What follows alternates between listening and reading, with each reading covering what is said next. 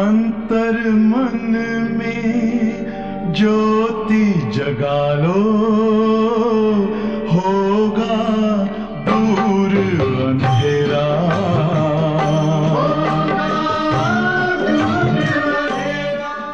ओम शांति। 27 मार्च 2025 बाबा के महावाक्य। मीठे बच्चे, खिवैया आया है तुम्हारी नैया पार लगाने। तुम बाप से सच्चे होकर रहो तो नैया हिलेगी डुलेगी लेकिन डूब नहीं सकती। प्रश्न: बाप की याद बच्चों को यथार्थ न रहने का मुख्य कारण क्या है? उत्तर: साकार में आते आते भूल गए हैं कि हम आत्मा निराकार है और हमारा बाप भी निराकार है। साकार होने के कारण साकार की याद सहज आ जाती है।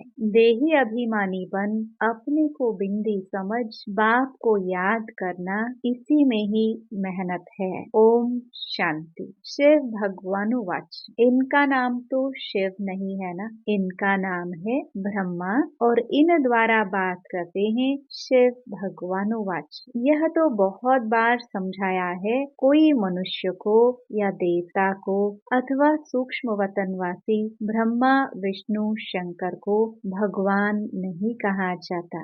जिनका कोई आकार व साकार चित्र है उनको भगवान नहीं कह सकते। भगवान कहा ही जाता है बेहद के बाप को। भगवान कौन है यह कोई को भी पता नहीं। नेति नेति कहते हैं अर्थात हम नहीं जानते। तुम्हारे में भी बहुत थोड़े हैं जो यथार्थ रीति जानते हैं। आत्मा कहती है हे भगवान। अब आत्मा तो है बिंदी, तो बाप भी बिंदी ही होगा। अब बाप बच्चों को बैठ समझाते हैं। बाप के पास कई ऐसे बच्चे हैं जो यह भी नहीं समझते कि हम आत्मा कैसे बिंदी है। कोई तो अच्छी रीति समझते हैं, बाप को याद करते हैं। बेहद का बाप है सच्चा हीरा। हीरे को बहुत अच्छी डिब्बी में डाला जाता है। कोई के पास अच्छे हीरे होते हैं तो किसको दिखलाना हो तो सोने चांदी की डिब्बी में डाल फिर दिखाते हैं। हीरे को जौहरी ही जाने और कोई जान ना सके। झूठा हीरा दिखाए तो भी किसको पता ना पड़े। ऐसे बहुत ठग जाते हैं। तो अब सच्चा बाप आया है, परंतु झूठे भी ऐसे ऐसे हैं जो मनुष्यों को कुछ भी पता नहीं पड़ता। गाया भी जाता है सच की नाव हिले डुले पर डूबे नहीं। झूठ की नाव हिलती नहीं है। इनको कितना हिलाने की करते हैं। जो यहाँ इस नाव में बैठे हुए हैं वह भी हिलाने की कोशिश करते हैं। ट्रेटर गाए जाते हैं ना। अब तुम बच्चे जानते हो कि भैया बाप आया हुआ है, बागवान भी है। बाप ने समझाया है यह है कांटों का जंगल। सभी पतित है ना। कितना झूठ है। सच्चे बाप को विरला कोई जानता है। यहाँ वाले भी कई पूरा नहीं जानते। पूरी पहचान नहीं, क्योंकि गुप्त है ना। भगवान को याद तो सब करते हैं, यह भी जानते हैं कि वह निराकार है, परम धाम में रहते हैं। हम भी निराकार आत्मा है, यह नहीं जानते। साकार में बैठे बैठे वह भूल गए हैं। साकार में रहते रहते साकार ही याद आ जाता है। तुम बच्चे अभी देही अभिमानी बनते हो। भगवान को कहा जाता है परम पिता परमात्मा। यह समझना तो बिल्कुल सहज है। परम पिता अर्थात परे से परे रहने वाला परम आत्मा। तुमको कहा जाता है आत्मा। तुमको परम नहीं कहेंगे। तुम तो पुनर्जन्म लेते हो ना। यह बातें कोई भी नहीं जानते। भगवान को भी सर्वव्यापी कह देते हैं। भक्त भगवान को ढूंढते हैं। पहाड़ों पर, तीर्थों पर, नदियों पर भी जाते हैं। समझते हैं नदी पतित पावनी है, उसमें स्नान कर हम पावन बन जाएंगे। भक्ति मार्ग में यह भी किसको पता नहीं पड़ता कि हमको चाहिए क्या। सिर्फ कह देते हैं मुक्ति चाहिए, मोक्ष चाहिए, क्योंकि यहाँ दुखी होने के कारण तंग है। सत्युग में कोई मोक्ष व मुक्ति थोड़ी मांगते हैं। वहाँ भगवान को कोई बुलाते नहीं, यहाँ दुखी होने के कारण बुलाते हैं। भक्ति से कोई का दुख हर नहीं सके। भल कोई सारा दिन राम राम बैठ जपे तो भी दुख हर नहीं सके। यह है ही रावण राज्य। दुख तो गले से जैसे बांधा हुआ है, गाते भी हैं दुख में सिमरन सब करे, सुख में करे न कोई। इसका मतलब जरूर सुख था, अब दुख है। सुख था सतयुग में, दुख है अभी कलयुग में, इसलिए इसको कांटों का जंगल कहा जाता है। पहला नंबर है देह अभिमान का कांटा, फिर है काम का कांटा। अभी बाप समझाते हैं, तुम इन आंखों से जो कुछ देखते हो वह विनाश होने का है। अब तुमको चलना है शांति धाम। अपने घर को और राजधानी को याद करो। घर की याद के साथ साथ बाप की याद भी जरूरी है, क्योंकि घर कोई पतित पावन नहीं है। तुम पतित पावन बाप को कहते हो तो बाप को ही याद करना पड़े। वह कहते हैं मामेकम याद करो। मुझे ही बुलाते हो ना बाबा, आकर पावन बनाओ। ज्ञान का सागर है तो जरूर मुख से आकर समझाना पड़े, प्रेरणा तो नहीं करेंगे। एक तरफ शिव जयंती भी मनाते हैं, दूसरे तरफ फिर कहते नाम रूप से न्यारा है। नाम रूप से न्यारी चीज तो कोई होती नहीं, फिर कह देते ठिकर भीतर सब में है। अनेक मत है ना, बाप समझाते हैं तुमको 5 विकारों रूपी रावण ने तुच्छ बुद्धि बना दिया है, इसलिए देवताओं के आगे जाकर नमस्ते करते हैं। कोई तो नास्तिक होते हैं, किसको भी मानते नहीं। यहाँ तो बाप के पास आते ही हैं ब्राह्मण, जिनको 5000 वर्ष पहले भी समझाया था, लिखा हुआ भी है। परमपिता परमात्मा ब्रह्मा द्वारा स्थापना करते हैं तो ब्रह्मा की संतान ठहरे। प्रजापिता ब्रह्मा तो मशहूर है, जरूर ब्राह्मण ब्राह्मणी भी होंगे।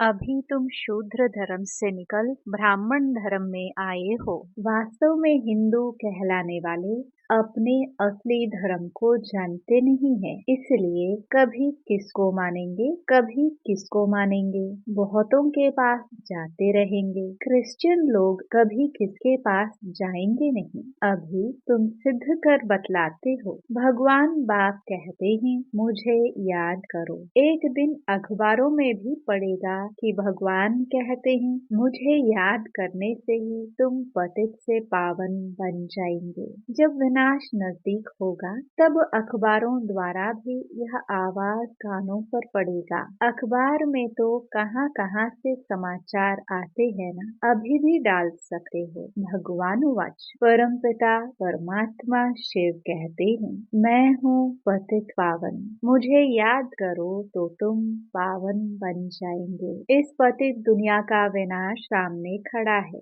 विनाश जरूर होना है, यह भी सबको निश्चय हो जाएगा। रिहर्सल भी होती रहेगी। तुम बच्चे जानते हो जब तक राजधानी स्थापन नहीं हुई है तब तक विनाश नहीं होगा।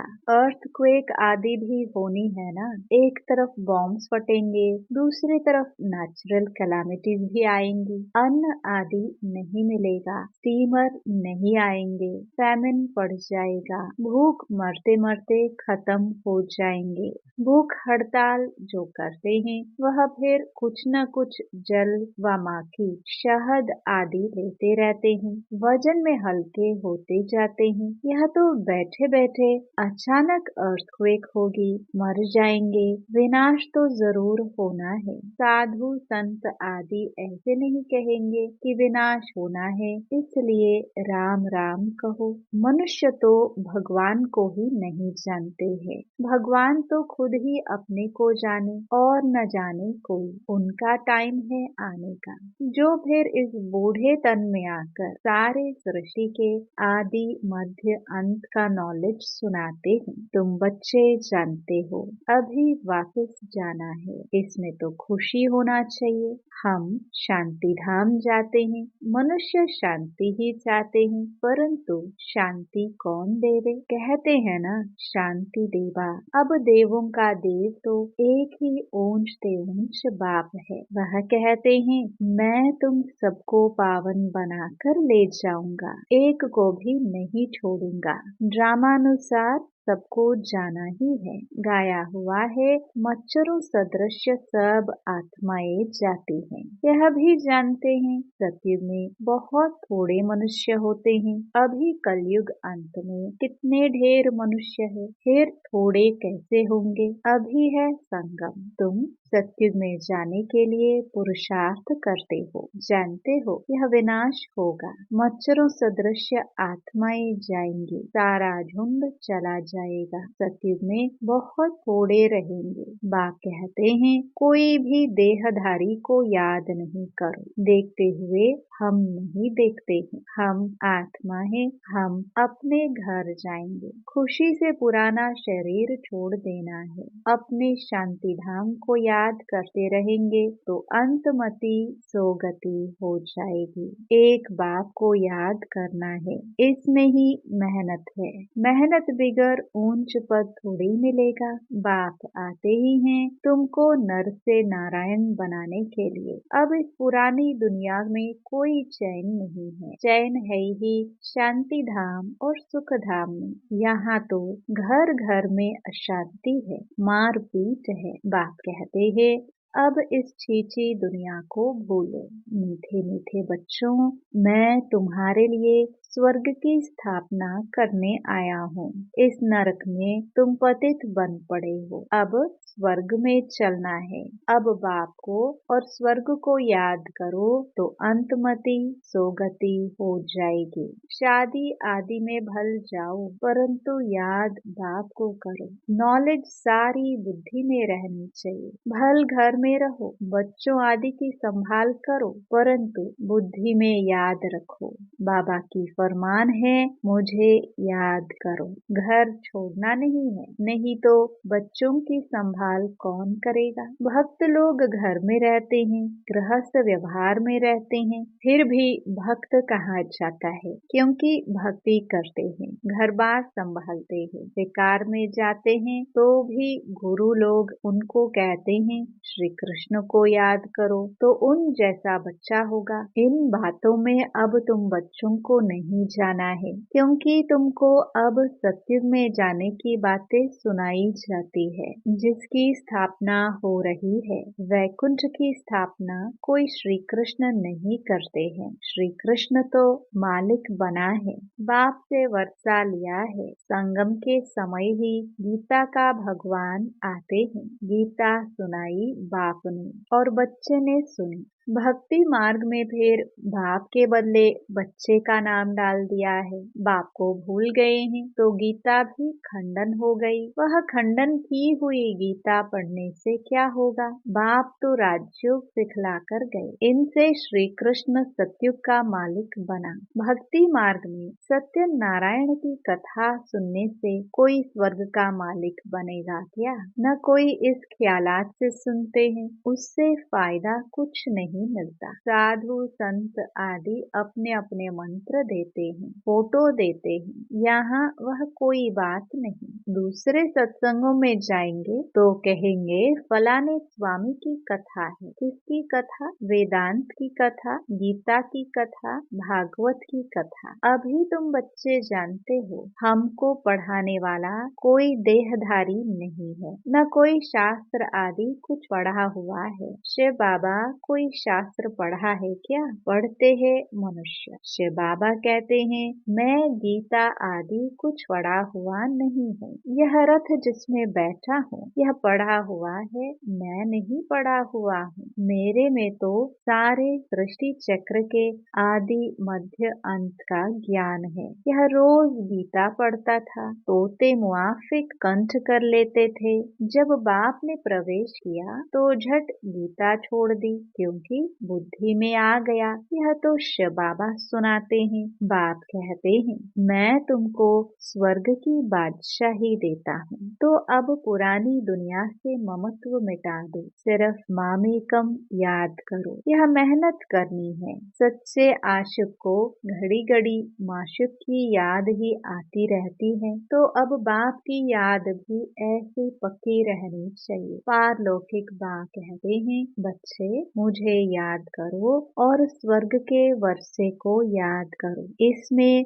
और कुछ भी आवाज करने, झांझ आदि बजाने की कोई दरकार नहीं। गाते भी कोई अच्छे अच्छे आते हैं तो बजाए जाते हैं, जिनका अर्थ भी तुमको समझाते हैं। गीत बनाने वाले खुद कुछ भी नहीं जानते। मेरा भक्तिन थी, तुम तो अभी ज्ञानी हो। बच्चों से जब कोई काम ठीक नहीं होता है तो बाबा कहते तुम तो जैसे भक्त हो, तो वह समझते हैं कि बाबा ने हमको ऐसे क्यों कहा। बाप समझाते हैं बच्चे अब बाप को याद करो, पैगंबर बनो, मैसेंजर बनो, सबको यही पैगाम दो कि बाप और वर्षे को याद करो तो जन्म जन्मांतर के पाप भस्म हो जाएंगे। अब वापस घर जाने का समय है। भगवान एक ही निराकार है, उनको अपनी देह है नहीं। बाप ही अपना परिचय बैठ देते हैं, मन मनाभव का मंत्र देते हैं। साधु सन्यासी आदि ऐसा कभी नहीं कहेंगे कि अब विनाश होना है। बाप को याद करो। बाप ही ब्राह्मण बच्चों को याद दिलाते हैं। याद से हेल्थ, पढ़ाई से वेल्थ मिलेगी। तुम काल पर जीत पाते हो, वहाँ कभी अकाले मृत्यु नहीं होता। देवताओं ने काल पर विजय पाई है। अच्छा, मीठे मीठे सिखिलते बच्चों प्रति माता पिता बाप दादा का याद प्यार और गुड मॉर्निंग। रूहानी बापी रूहानी बच्चों को नमस्ते। धारणा के लिए मुख्य सार। पहला, ऐसा कोई कर्म नहीं करना है जो बाप द्वारा भक्त का टाइटल मिले। पैगंबर बन सबको बाप और वर्षे को याद करने का पैगाम देना है। दूसरा, इस पुरानी दुनिया में कोई चैन नहीं है। यह चीची दुनिया है, इसे भूलते जाना है।